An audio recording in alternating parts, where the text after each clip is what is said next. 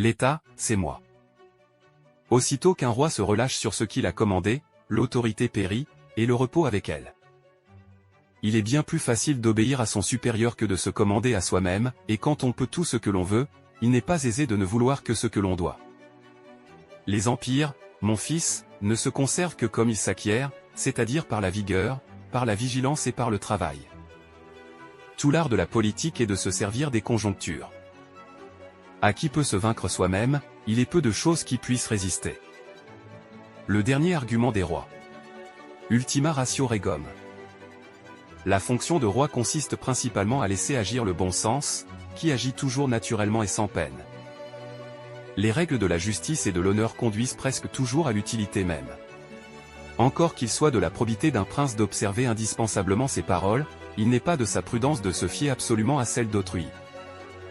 La décision a besoin d'un esprit de maître, et il est sans comparaison plus facile de faire ce qu'on est, que d'imiter ce qu'on n'est pas.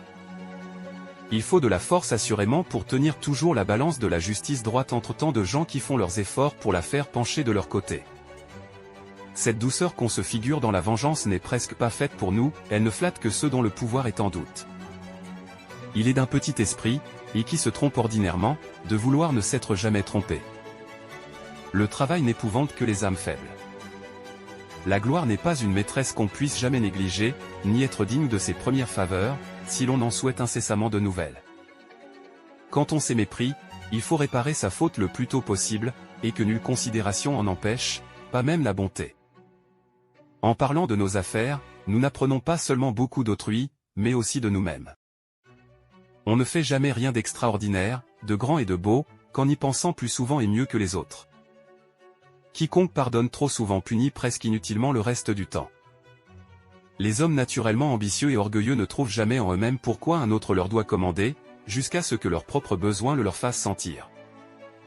C'est aux hommes du commun à borner leur application dans ce qui leur est utile et agréable, mais les princes, dans tous leurs conseils, doivent avoir pour première vue d'examiner ce qui peut leur donner ou leur ôter l'applaudissement public.